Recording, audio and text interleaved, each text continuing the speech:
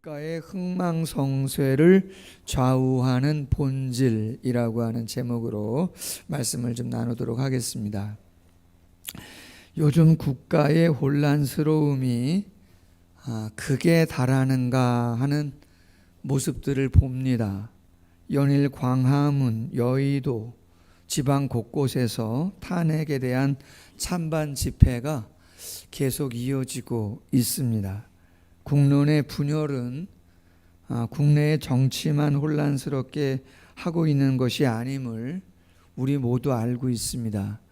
그것으로 인해서 경제도 어렵고 외교적인 문제로 확산되어서 참 쉽지 않은 시간들이 이어져 가고 있습니다. 어쩌면 대통령 탄핵의 결과가 나온다 하더라도 염려스러운 것은 이 갈라진 이 마음들이 다시 하나가 될 수 있을까 할 정도로 그러한 염려들을 많이 하고 있습니다. 이러한 시국을 보면서 한 번은 바른 기도 제목을 나누고 싶은 마음이 담임 목사로서 마음에 있었습니다.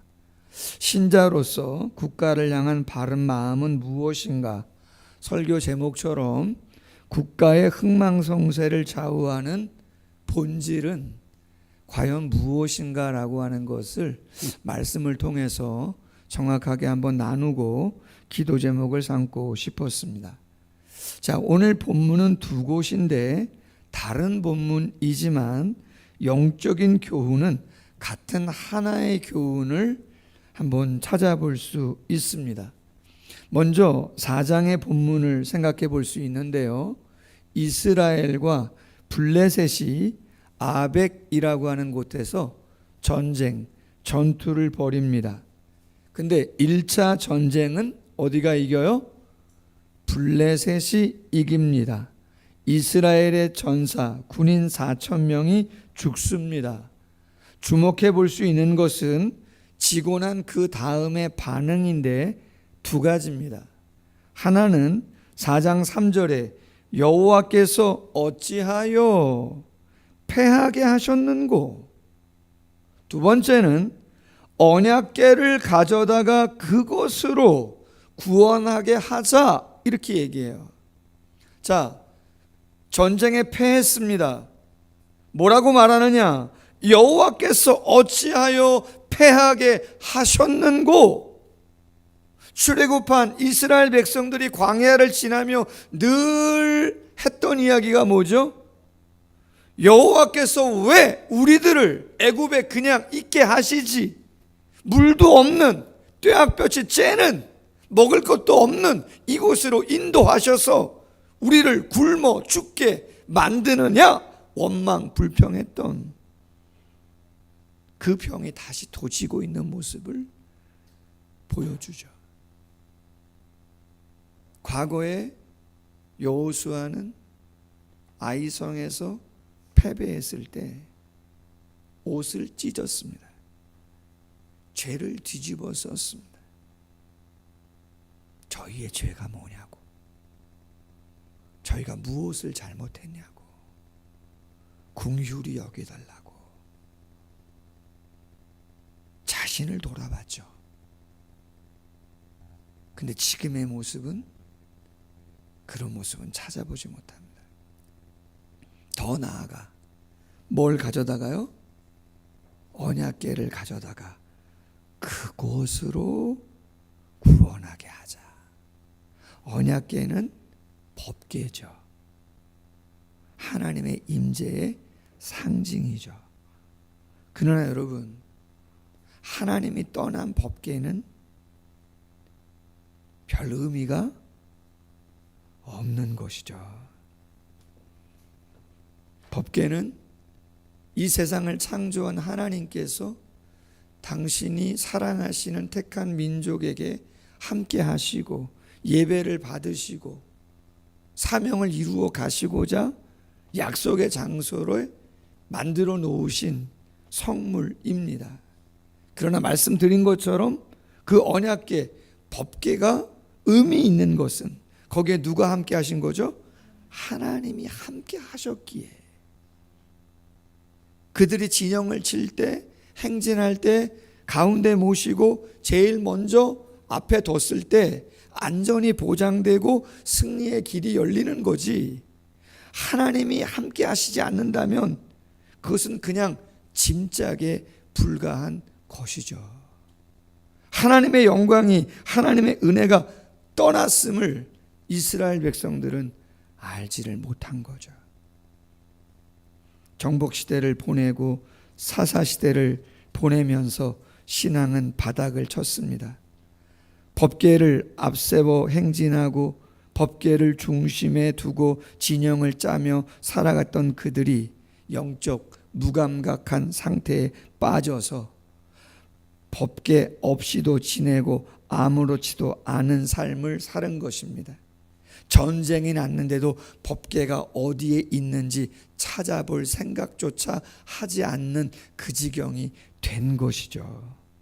하나님 계시지 않아도, 하나님과 아무런 관계를 맺지 않아도 그냥 잘 살아가는 것 같은 느낌의 삶을 이스라엘 백성들이 살아가고 있었습니다. 근데 전쟁에서 지자 뭐가 생각났어요? 과거가 생각났죠. 여리고성을 무찌를 때 어떻게 승리했나? 요단강 건너갈 때 어떻게 맨 땅으로 건널 수 있었나? 법궤였지. 법궤를 중심에 두고 법궤를 앞장서 갔을 때 여리고가 무너지고 요단강을 건너갈 수 있었지. 아, 법궤 어디 있어? 법궤 갖고 와, 찾아봐. 사울이 내팽겨 쳐놨던 그 법궤를 수소문해서 가지고 오죠. 와, 됐다. 성경 보세요. 4장 5절에 여호와의 언약궤가 진양에 들어올 때에 온 이스라엘이 큰 소리로 외치며 땅이 울려. 와, 이제는 됐다. 와. 적군은 어떻습니까? 와, 됐다 그러니까 4장 8절에 블레셋 사람들이 말합니다. 우리에게 화로다. 누가 우리를 이 능하신 신들의 손에서 건지리요. 그들은 광야에서 여러 가지 재앙으로 애굽인을 친 신들이다. 히브리 민족이 어떻게 출애굽했냐? 어떻게 아말렉을 이기고 가나안을 정복하고 그 놀라운 역사를 이뤘느냐? 그들이 환호하고 있는 저 법궤, 저것이 함께할 때 승전구를 올리지 않았냐? 큰일 났다. 두려워했다는 거죠. 근데 여러분, 블레셋 사람은요 끈질겨요. 지금 팔레스틴 전쟁 중이잖아요. 초토화가 돼도 항복하나요? 항복 안 합니다. 가자 지구가 성경에서 어느 땅이었다고요? 블레셋 땅이에요. 블레셋 자손들이에요. 웬만해서 항복 안 해요, 여러분. 말씀 보세요. 전쟁합니다. 야, 대장부가 되라. 쫄지 말라. 2차 전쟁합니다. 승패가 어떻게 갈렸을까요? 이스라엘이 이겼나요? 아닙니다. 또 졌습니다.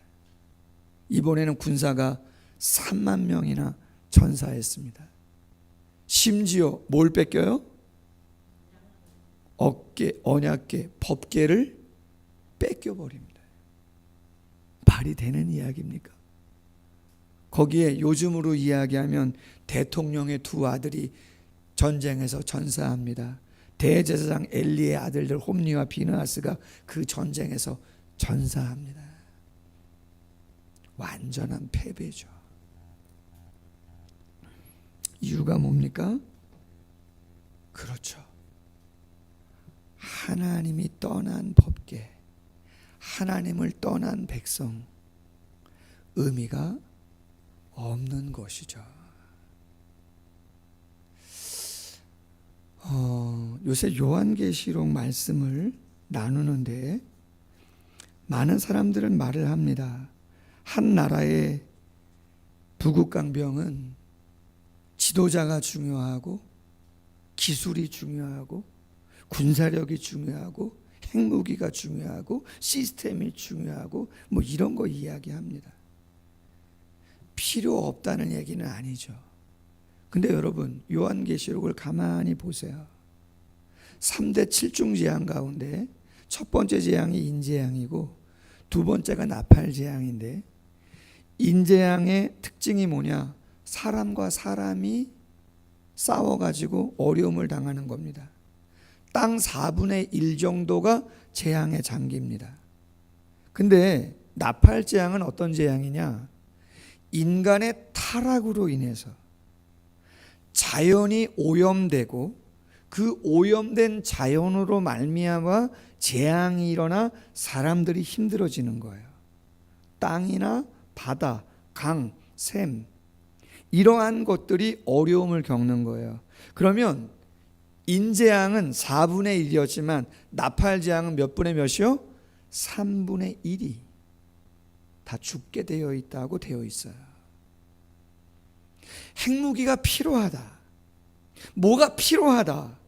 무슨 기술이 중요하다. 여러분, 중요하죠. 결정적일 수 있죠. 그러나 여러분, 그것을 만든 사람이, 그것을 만든 국가가 어떤 마음을 갖고 있느냐, 어떤 생각을 가지고 그걸 사용하느냐에 따라 그것은 이득이 될 수도 있겠지만 잘못하면 뭐가 된다고요? 재앙이 되는 것이에요. 바다의 오염은 순식간에 올 수 있음은 성경이 얘기합니다. 순식간이에요. 전 세계 인구 3분의 1이 죽을 수 있어요. 이게 필요합니다. 저게 필요합니다. 필요할 수 있지만 잘못 사용하면 그냥 끝나는 것입니다. 제일 중요한 건 국민의, 하나님의 자녀의 마음이 중요한 것이죠. 마음이 제대로 하나님 앞에 서 있지 않으면 무슨 리더가, 시스템이, 무기가 대단해도 그냥 무너지는 것입니다. 그렇게 강했던 애굽은 어떻게 된 것입니까? 그렇게 강했던, 호전적이었던 아수르, 바벨론은 어떻게 된 것입니까? 유연했던 페르시아는 어떻게 된 것이고, 전 세계를 지배했던 로마는 어디에 가 있는 것입니까? 다 무너지는 것이죠. 아브라함 링컨 대통령이 대통령으로 당선된 뒤에 그 다음해부터 남북전쟁이 있었습니다. 4년 동안 지속된 남북전쟁은 전사자만 북군 36만 명, 남군 25만 명, 총 60만 명이 넘을 정도의 비참한 결과를 가져왔습니다. 개전 후 1년 동안 계속 북군이 밀렸고, 이로 인해 링컨은 온갖 스트레스를 받았습니다. 계속 지니까 스트레스 받겠어요, 안 받겠어요? 얼마나 스트레스가 심했는지, 원래 체중이, 그 키 크신 분이 83kg였는데 1년 새 57kg로 체중이 확 줄었다는 거 아니겠어요? 그러던 어느 날 메릴랜드주 엔티남 전투에서 처음으로 북군이 승리를 합니다. 소식이 백악관에 전달이 됩니다. 옆에 있던 참모가 링컨에게 축하의 말을 건넵니다. 각하, 이제부터 아무 염려하지 마십시오. 하나님은 항상 우리 편입니다. 하나님은 항상 우리 북군 편입니다. 이렇게 얘기했단 말이죠. 그랬더니 기도하고 나오던 아브라함 링컨 대통령이 정색을 하면서 유명한 말을 남기죠. 내가 염려하는 것은 하나님이 우리 편인지가 아니라 우리가 하나님 편에 서 있는지입니다. 아멘. 같은 의미 같지만 여러분, 전혀 다른 이야기입니다. 하나님을 나의 도구로 혹시라도 사용하려고 하는 마음이 있다면 그건 의미 없어요. 하나님 그렇게 움직이지 않으세요. 아멘. 하나님은 어떨 때 누구에게, 어떤 민족에게 함께 하시는가? 비록 무기가 없고 수가 작고 상황이 좋지 않아도 하나님 어떻게 하면 좋겠습니까? 올라가야 됩니까? 말아야 됩니까? 내가 잘못한 게 뭐가 있습니까? 하나님의 뜻이 어디에 있습니까? 오직 하나님에게 내가 온전히 드려지기를 원합니다. 할렐루야. 그 마음이 있다면 그 사람이 한 사람이든 그 사람이 10사람이든 수가 적어도 하나님은 하나님이 하실 일을 하시는 것이고 우리는 하나님께 쓰임을 받는 것이에요. 그래서 애굽을 이긴 거예요. 그래서 바벨론을 이긴 것이고 그래서 다시 하나님의 뜻 안에서 돌아오게 된 것이에요. 고통을 받았어도 심지어 나라가 멸망했었어도 하나님이 다시 한번 세워주신 것인 줄로 믿습니다. 나라를 잃었을 때도 마찬가지, 6.25 전쟁이 있었을 때도 마찬가지. 한국교회는 깨어 기도했고 우리의 죄라고 눈물을 흘렸고 그러한 회개가 있었을 때 하나님이 이 나라를 지켜주신 것인 줄로 믿습니다. 다윗이 온전히 서 있기에 블레셋 골리앗을 무찔러 수 있었던 것이 아니고 그가 뛰어난 무기나 갑옷을 입고 있어서가 아니라 그렇죠. 그의 마음이 하나님 앞에 온전했기에 역사를 하나님이 하신 것인 줄로 믿습니다. 삼손이 비참해진 것은 머리카락이 없어서가 아니라 유혹하는 여인에게 하나님에 대한 진정한 신앙심을 팔아버렸기 때문에 삼손은 비참해진 것이에요. 나귀 턱뼈 하나로 수백 명, 1000명을 죽였던 삼손이지만 그의 마음이 유혹되어 신앙을 팔아버렸을 때 그는 두 눈이 다 빠지고 노예처럼 쇠사슬에 묶여 연자맷돌 돌리는 그러한 신세로 전락할 수밖에 없었던 것이죠. 두 번째 본문 사무엘상 8장입니다. 사무엘상 4장에서 패배하고 법궤가 빼앗겼습니다. 5장과 6장은 그 빼앗긴 법궤가 어떻게 되었는가 그 이야기를 기록해줘. 자, 블레셋의 수도 그리고 주요 5개 도시에 법궤가 전달이 되어집니다. 제일 처음에는 블레셋의 주신이 다곤이기 때문에 그 다곤 신전 신당에다가 법궤를 갖다 놓았습니다. 전리품이라고 생각하고 조롱하면서. 근데 하나님이 어떻게 하시죠? 다곤 신상을 넘어뜨리시잖아요. 자, 그 다음 날은 어떻게 하시죠? 다곤 신상이 넘어지는 것뿐만 아니라 다곤의 목이 두동강이 납니다. 손도 다 잘라지죠. 그뿐만이 아닙니다. 하나님이 전염병을 보내시는 거 아닙니까? 그래서 블레셋의 수도 주요 5개 도시에 법궤가 가는 곳마다 여기 있으면 안 되니까 가는 곳마다 다른 곳으로 보내는데 가는 도시마다 전염병이 창궐해가지고 도저히 살아갈 수 없다고 생각합니다. 그래서 결국은 두 손 두 발 다 들고 나서 그 법궤를 수레에 실어가지고 베세메스의 암소의 수레에 실어가지고 돌려보내지 않습니까? 아멘. 여러분, 걱정을 하지는 마세요. 하나님은 당신이 알아서 하실 일 다 하십니다. 아멘. 우리가 하나님을 인정해 드리지 않아도 하나님은 당신이 아셔서 당신의 능력을 보이시고 당신의 영광을 뺏기지 않으세요. 할렐루야. 하나님은 그런 분이십니다. 감사한 것은 나중에 그 법궤가 이스라엘 가운데 왔을 때 사무엘이 어떻게 합니까? 야, 미스바로 다 모여라. 하나님 살아계시지 않느냐? 우리가 하나님 경외하지 않았어도 우리가 싸우는 게 아니고 하나님이 적진에 홀로 가셔서 그 모든 주요 블레셋의 도시들을 초토화시키지 않았느냐? 그 하나님 섬겨야 되지 않느냐? 우상 다 버려라. 회개해라. 하나님 섬기자. 영적 대각성 운동이 벌어지게 되는 것이죠. 할렐루야. 저는 참석을 하지 못했지만 1974년 여의도에서 100만 명이 기독교인들이 모여서 집회하고 그러셨다면서요. 할렐루야. 저도 뭐 사진이로나 보고 책으로나 보지 현장에는 없었기 때문에 놀라운 역사죠. 얼마 전에 뭐 제가 다리에 앉아졌으면 같이 갔으면 했는데, 동성애 반대를 위한 온전한 기독교적인 집회, 정치색 띈 건 아니잖아요. 현장에 100만 명, 유튜브로 100만 명, 200만 명 집회를 했었는데, 그거는 정치적인 게 아니잖아요. 반성경적인 법안이 처리되는 것, 통과되는 것을 막고자 한 거 아니에요? 할렐루야. 하나님이 보시고 하나님이 그런 것을 인정해 주시는 것이죠. 안타까운 것은 영적 대각성 운동이 미스바에서 있었는데 그렇게 오래 가지 않습니다. 이제 8장에 온 거예요. 사무엘은 나이가 늙었어요.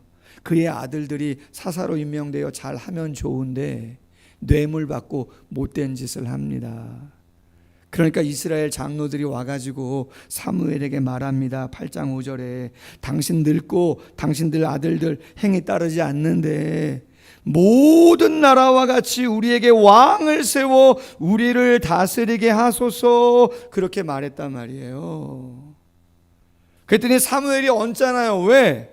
하나님은 지금까지 신정 통치를 했지 왕정 통치를 하지 않았거든요.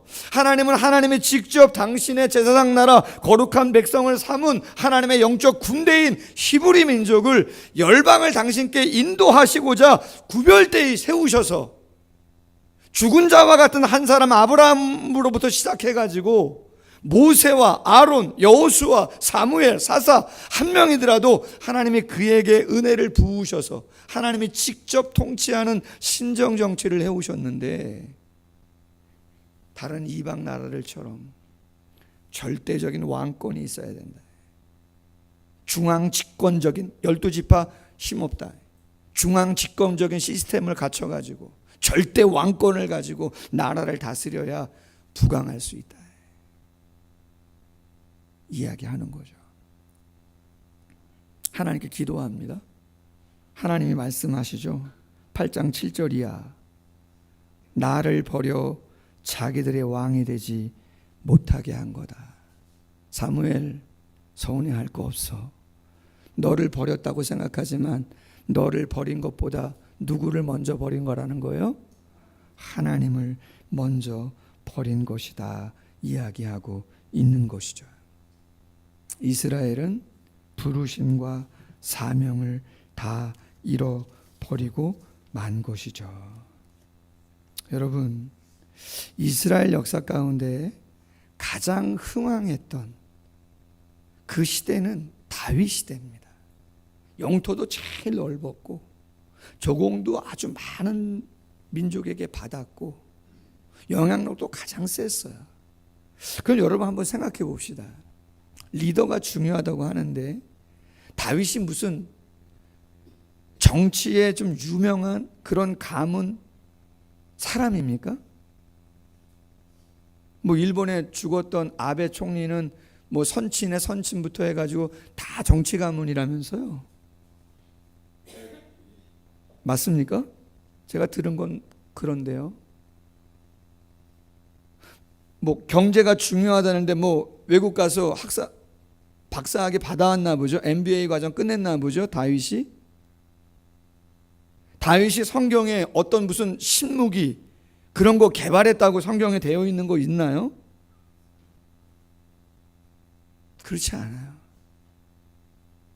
그가 정치를 배운 적도 경제를 배운 적도 학문으로 배운 거는 성경에 없어요.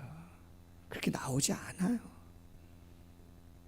그럼에도 불구하고 하나님이 다윗을 사용하셨다.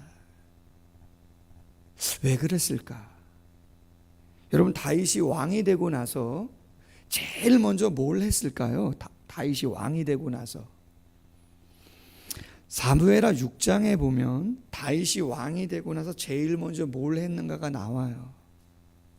그동안 사울이 버림받고 방치되었던, 전쟁이 났는데도 법궤를 앞세우지 못하는 그 하나님과 떨어진 이스라엘 백성들 안타까워해서 암미나답의 집에 있는 방치되어 있는 그 법궤를 다윗성 예루살렘으로 가지고 오는 일을 왕이 되고 나서 제일 먼저 결정한 일입니다. 왜? 법궤가 뭐라고요? 하나님의 임재의 상징이기 때문에 그 법궤를 가져올 일을 제일 먼저 계획을 세우고 그걸 실행에 옮깁니다. 우여곡절 끝에 그 법궤가 예루살렘 성 다윗성에 들어올 때 다윗이 춤을 추는 것이죠. 너무 기뻐서 막 춤을 추는 거예요. 평민들이 입는 베옷을 입고 왕복도 벗고 베옷을 입고 그것도 속살이 드러날 정도로 막 난리를 치면서 춤을 추는 거 아닙니까? 근데 왕궁 위에서 보던 다윗의 아내 미갈이 그걸 보고 어떻게 해요? 비웃어요. 업신여기는 거죠. 종들처럼 채통 안 지키고 뭐 하는가? 다윗이 뭐라고 이야기합니까? 21절에 이는 여호와 앞에서 한 것이다. 나를 택하사 나를 여호와의 백성 이스라엘의 주권자로 삼으셨으니 내가 여호와 앞에서 뛰놀리라. 내가 이보다 더 낮아져서 스스로 천하게 보여도 상관이 있다 없다? 그럼 상관없어요. 아멘? 상관없다 이 말이에요. 나는 하나님이 나를 부르신 그 부름의 길을 나는 걸어가겠다. 하나님은 알고 계신다. 예레미야 17장 10절 나 여호와는 심장을 살피며 폐부를 시험하고 각각 그의 행위와 그의 행실대로 보응하나니. 할렐루야. 김영익 서강대 경제대학원 겸임 교수님의 고백입니다. 당신은 시골에서 태어났다고 합니다. 1958년 개띠인 거죠. 그때 1인당 국민소득이 81달러였다고 합니다. 중학교 갈 무렵 260달러 정도 됐다고 합니다. 당신이 사는 동네 절반 정도가 등록금 없이 중학교 가지 못했다고 합니다. 등록금이 없어가지고. 여기 지금 다 계시잖아요. 60대 이상 되시는 분들. 뗄감도 없어서 산에서 풀을 베서 말리고 그것으로 밥을 해 먹고 농사 짓던 시절이었다. 와. 일부 예배 때 기숙기 성도가 왔었어요. 아드님하고. 우리 여기 이승숙 권사님 계시지만 따님인데 유지시거든요. 그 동네 고향교회. 저는 가난했어요. 아시잖아요. 중학교 64명 65명인데 제일 늦게 수업료 없어가지고 학교 가기 싫더라. 가다가 다시 오고 못 살았어요. 다. 언젠가 산에서 풀을 베고 내려오는데 친구들이 하늘색 저고리에 쑥색 반바지 차림으로 교복을 입고 지나갔다. 그때 정말 교복이 입고 싶었다. 알아봤다는 거죠. 교회에서 학교에 가지 못한 아이들을 대상으로 공부를 가르치고 교복을 줬다는 거예요. 어디서요? 교회에서. 책상도 없는 교회 마루바닥인데 거기서 아이들을 가르쳐 줬다는 거예요. 당신도 거기에 가서 공부를 시작했고 교회에서 가르쳐 주셔서 중고등부, 검정고시를 다 거기서 패스했다는 거예요. 생각해 보라는 거예요. 81달러 국민소득이 반세기를 지나자마자 경제 성장을 이루어 377배로 점프했다면 이게 기적이 아니고 무엇을 기적이라고 하겠는가? 반 맞는 역사를 우리는 자랑합니다. 5,000년 반 맞는 역사. 근데 여러분 아시잖아요. 죄송하잖아요. 반 맞는 역사 가운데 우리나라가 세계에 영향력 있게 국력을 자랑하고 행사하고 정말 남녀 평등의 사회를 이루고 교육 수준이 높아지고 그러한 삶을 살아갔던 시간은 언제부터입니까?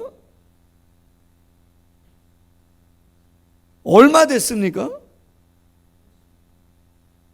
개신교가 이 땅에 들어온 지 140년입니다. 천주교는 조금 더 됐지만 흥선대원군이 세국 정책을 써가지고 척하비를 세우면서 들어오지 못하도록 막 막고 말이죠. 무슨 신미양요니 병인양요니 다 신부들 다 죽이고 말이죠. 그 어려운 시절에 선교사님들이 목숨 걸고 들어와 가지고 사역을 감당하고 학교 세우고 병원 세우고 이 나라 일으킨 줄로 믿습니다. 그분들 다 20대 초반